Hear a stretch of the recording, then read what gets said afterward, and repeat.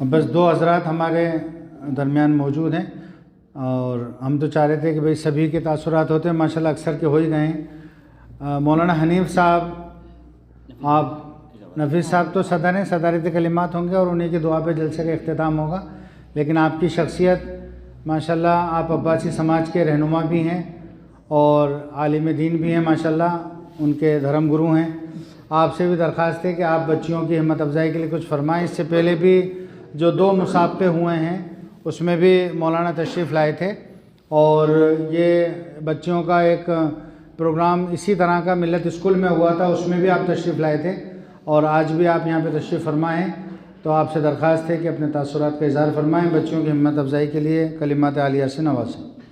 نحمده ونصلي على رسوله الكريم اما بعد عن ابي هريره رضي الله عنه عن رسول الله صلى الله عليه وسلم قال الا واني اوتيت القرآن ومثله معه او كما قال عليه الصلاة والسلام وقال في موضع آخر من سلك طريقا يلتمس فيه علما سهل الله له به طريقا الى الجنة او كما قال عليه الصلاة والسلام۔ اللہ تعالیٰ کا بے انتہا فضل، اس کا احسان، اس کا کرم کہ اللہ تعالیٰ نے ہمیں اس بابرکت، مقدس اور نورانی محفل کا حصہ بنایا ہے۔ یہ اللہ تعالیٰ کا بہت بڑا احسان ہے۔ ساری زندگی ہم شکرانہ ادا کریں تو ہم ادا نہیں کر سکتے۔ یہ اللہ کا کتنا بڑا احسان ہے کہ اللہ تعالیٰ نے ہمیں اس کشتی کا حصہ بنایا ہے، یعنی ہم ایک کشتی کے سب سوار ہیں، ہم سب مسافر ہیں کشتی کے، اور اس کشتی کے جو شہسوار ہیں وہ حضور اکرم صلی اللہ علیہ وسلم ہیں۔ اللہ کے رسول صلی اللہ علیہ وسلم کی حدیثوں کو یاد کرنا، ان کو پڑھنا، ان کو دوسروں کو سنانا، یہ کتنی بڑی فضیلت کی بات ہے۔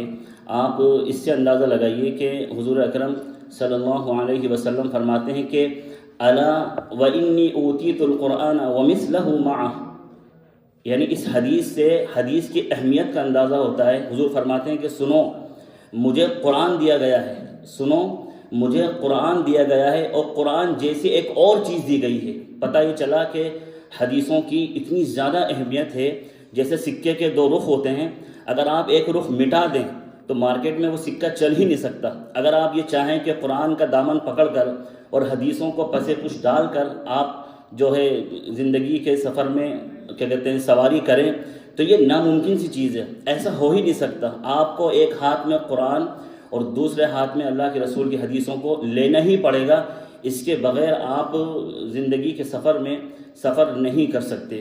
یہ اللہ کا کتنا بڑا کرم ہے کہ بچیوں نے جس اعتماد کے ساتھ، جس یقین اور حوصلے کے ساتھ حدیثوں کو یہاں پر بیان کیا، وہ یقیناً قابل مبارکباد ہے تمام بچیاں۔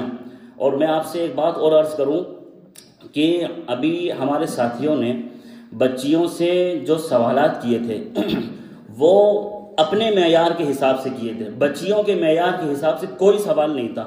سارے سوالات علماء نے اپنے اپنے معیار کے حساب سے کیے تھے، لیکن یہ اللہ کا کتنا بڑا فضل ہے کہ بچیوں نے خود کے معیار سے جواب نہیں دیا، بلکہ وہ آپ کے معیار پہ اتر کے انہوں نے جواب دیا۔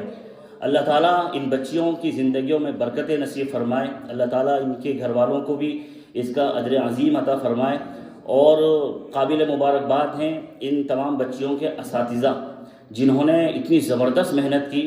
میں نے ابھی مفتی ہارون صاحب سے کہا کہ بھئی آپ نے ان کو ایسی کون سی جادو کی چھڑی پکڑا دی کہ یہ آتی ہیں اور یعنی ان کے آنے سے پہلے ان کے جواب جو ہے وہ وہاں پر آ جاتے ہیں۔ یہ کتنے بڑے فخر کی بات ہے اور یہ کتنے بڑے اعزاز کی بات ہے۔ ایک بات یہ، آخری بات یہ ہے کہ میں یہ سمجھتا ہوں کہ یہ ٹونک کا پہلا اسٹیج ہے، یہ ٹونک کا پہلا اسٹیج ہے جہاں پر جتنے بھی علماء فارغ ہو کر آتے ہیں، چاہے وہ پرانے ہوں چاہے وہ نئے ہوں، الحمدللہ سب کو مواقع دیے جاتے ہیں۔ اللہ تعالیٰ مولانا عامر صاحب کو بے انتہا جزائے خیر عطا فرمائے۔ میں سمجھتا ہوں کہ علماء کو اپنی صلاحیتوں کو نکھارنے کا یہاں پر موقع ملتا ہے۔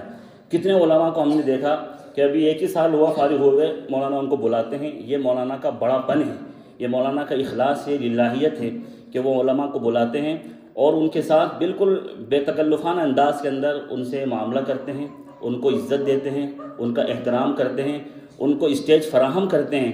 میں سمجھتا ہوں کہ یہ ٹونک کا واحد اسٹیج ہے جہاں پر تمام ہی علماء کو مواقع دیے جاتے ہیں۔ اللہ تعالیٰ اس ادارے کو اپنی بارگاہ میں شرف قبولیت عطا فرمائے.